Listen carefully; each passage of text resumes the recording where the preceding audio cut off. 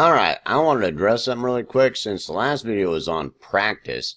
At this point that you're going to be probably doing some of the things that I was talking about as far as trying to dissect music with the way that I had tried to show you, giving you an introduction to that, to start trying to pick music apart and songs apart and things like that.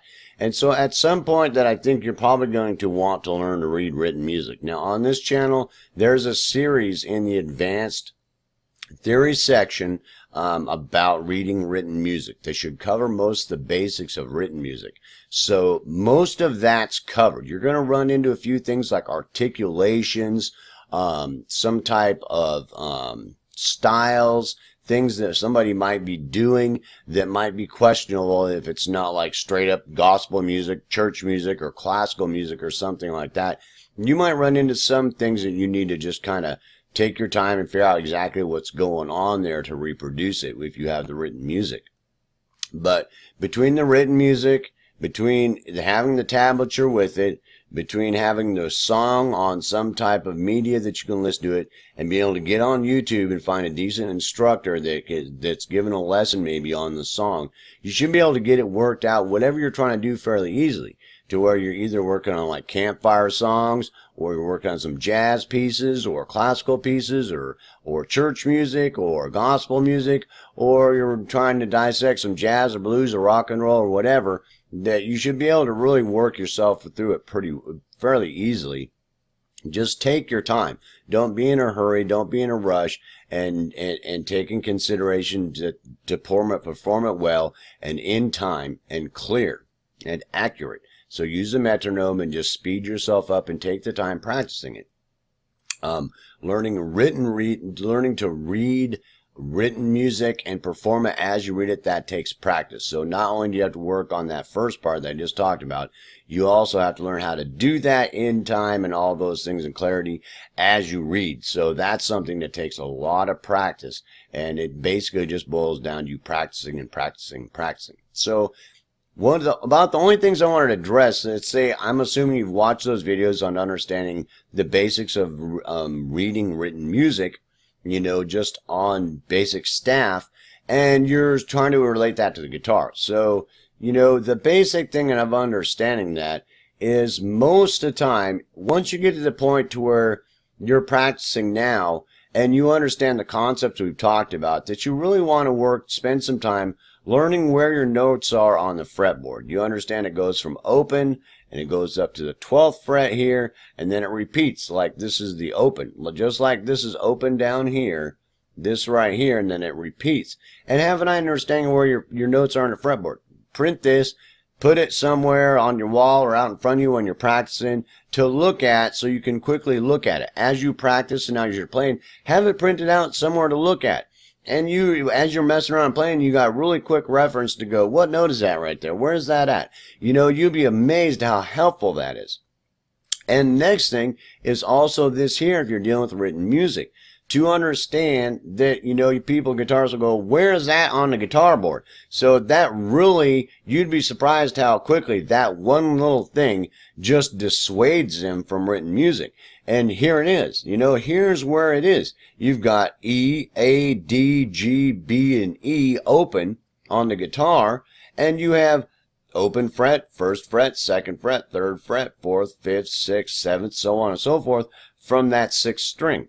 And that's the thick E string, and this is the first string, the skinny E string, up at the top or bottom. Does that make sense? So that's here. Copy this and keep out in front of you while you're messing around. So it can really help you in a couple different ways. First of all, to get where you should be playing. So if you're looking at a piece of written music and you're not that fluent at looking at these notes yet, you can really quickly look down at the tablature and go, oh yeah, up on the 9th fret on the B string. All right, yeah, cool, bro. Does that make sense? On that fret, on the 9th fret, on the second string, right there, bro. And I really, that's on the B string. You got it. It really will help you. Plus, whenever you run into written guitar music, you may run into interpretations, which means this music might be written the same. Two guys are looking at this piece of music the same, but they've performed it in different places on the fretboard. So the tablature would be written different, because although the music is and the notes are the same notes, where they played them on the fretboard might be different. So you can correlate between the two of those things. So that's the second huge thing. Make a copy of that. Either take a snapshot of that or download something like that. Make a copy of it. Keep it out in front of you when you're practicing and when you're reading to quickly reference what's going on there. And those are two huge things. And I'm basically, other than that, there's not a whole lot other than you're going to run into normal things that you're going to run into whenever you're reading music and trying to understand articulation, strumming, what's happening there and what's going on, that you really, it's going to boil down to a few things. First of all, looking at the written music, how well you can interpret it, having the tablature also that might be helpful interpreting what he's doing so you can do it as close as it's supposed to be or how the performer composer wanted it played. And so you have the music, you have the tablature, you have the a recorded performance, and you have maybe dig up some tutorials on YouTube or wherever you can, so you can really refine how that's being played and really work on your performance being as good as possible. And that's a huge thing to understand. This is like a fake book picture where you got it's showing the chords through that, and it's showing it on the written music, and it's showing on tablature what's being played there. So that's a huge thing, because you're understanding what chord's supposed to be played in that bar, and the second bar, and the third bar, and it's showing you what chords are, what things are happening. The actual music, it written in tablature, so you can really quickly reference where it's at and what the actual progression is as it moves along, which can be really helpful. So, those are, no matter what type of music you're playing, those are helpful things to really understand that. So, after we get done with that, we're basically looking, I just wanted to show it to you here, that like this is a piece of jazz guitar work that I took and I put it's on regular written music, and I also made a tablature version of it across here. So that I've got the music and I've got the tablature, so that if I've got any discrepancies, I'm going along learning this piece of music. I got those other two pieces of paper out in front of me, and I've watched those series about reading music, so I've got a pretty good understanding of the basics. That as I go along through this, any discrepancies I'm running into, that it's a lot easier to try to figure out what's going on there and what issues might be happening, because the more information you have, the better chance you are of interpreting it well, so that you can perform it well and accurately. So, and I don't want to get into too much of, written music as far as guitar. I just kind of want to address that, because once you understand and you watch those videos on written music, that those are normally the barriers that I've seen them run into, and they'll go, well, geez, bro, what is that? And that basically, for the most part, most of the major issues, that is the scary hurdle. The other things you're going to run into are going to be articulations, how the guy's doing a pizzicato or something like that. That's going to take time, you getting used to what's going on. I did not, on this guitar lesson thing yet, go through all different type of articulations you might run into. And especially on the guitar, you can run into all kinds of different articulations and different styles and different forms of music, mountains of them. So sometimes you're going to have to kind of work your way through that and figure out what's going on there. Either ask somebody or Google it or whatever to try to figure out what exactly is happening there. And it's not normally that difficult.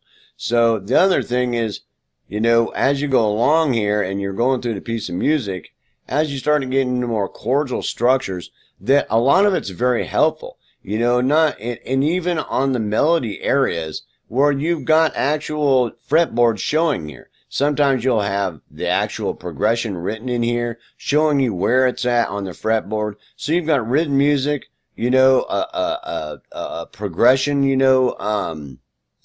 visualization of the progression, actual chord structure, and not only that, but you can get the melody laid out on the fretboard for you. So you've got mountains of information to work on that song and the tools to do it then. I do suggest buying it. I'm using Sibelius. There are lots of pieces of software. I really like this one. It's very elegant and very functional, and it does a lot of things. It does so much shit that I don't even know what all it does because I don't use all some of the stuff that it does. It's pretty cool, and it's pretty advanced. It's like a little piece of NASA, for writing music and interpreting music. It's really cool. So it's worth it if you really like the guitar, you really like music. So anyway, there's not a lot to get in there with that. A lot of people might try to tell you all this stuff about what the differences are. I try not to do that. That way you focus more on, you understand where where the music is written. You've got a tablature reference, and sometimes because you basically, when you start dissecting the piece of music or understanding or learning it with the things we've talked about up to this point in the series, that between all those tools and all those visualization tools, that you're really going to have a lot better understanding of where that's at. It's very simplistic. So I'm not trying to make it something really difficult. The long and short of it, in my opinion, is that you have a lot more tools when you're dealing with a guitar than some musicians that are just playing music. With tablature and a lot of notation things, there is a lot more things going on that you have more. There's a better chance of you being able to interpret what the composer wanted to do better. Does that make sense? So you've got a lot of help with the way that things are with written guitar. Guitar can be it's a very versatile instrument as far as being able to voice your emotions on. So sometimes it's not all like really classical form kind of things happening, and you can really, really voice your emotions and be very versatile with the guitar. And nowadays, with the advent of MIDI, there's all kinds of cool stuff you can do with the guitar. So anyway, that's about what I wanted to address. I don't want to get into a heavy series on guitar, written music, because I want you to go back and watch that series on reading basic written music, and then understand a couple things that I really think are going to be important to you as far as being able to visualize what's going on there, so that you understand the importance of being able to see it in these two different places, tablature and written music, and understand to be able to go back and look at it, have a piece of paper like this around to really help you visualize what's happening there. It's going to really help you between the written music, between all the other, the written music, the tablature, this sheet, and this sheet laid out in front of you. It's as you progress and as you learn that it's going to make it that much more rapidly usable as for you as a musician and as a guitarist, because you've got all kinds of media there that are pointing it out directly what's happening there. And with a sheet that's written out about the basic things that are happening in music, which would not be that hard to just throw together, and articulations, that you've got 3 or 4 pieces of paper laid out there in front of you with a piece of written music that'll really help you work through it fairly well. And you'll be surprised how fast you'll actually progress trying to go about dealing with written music that way. Plus, on top of it, you have the audio media for listening to a version of that piece of music, and you can jump on YouTube and get video lessons of what's happening there, and you have tons of tools there just right there for learning it. So I don't really want to get any deeper than that for this moment. Those are the basic things that I think are really going to help you as you work into reading written music and trying to understand what's happening there. And I think after watching those other videos on basic reading music, the basics of reading written music, that you should be starting to play around with it and really start experimenting. Get yourself some simpler music to work on and just start going. You'll be surprised how fast you picked it up and how fast that you get through those hurdles that most guitarists go through when they first start trying to understand reading written music and how it relates to the guitar.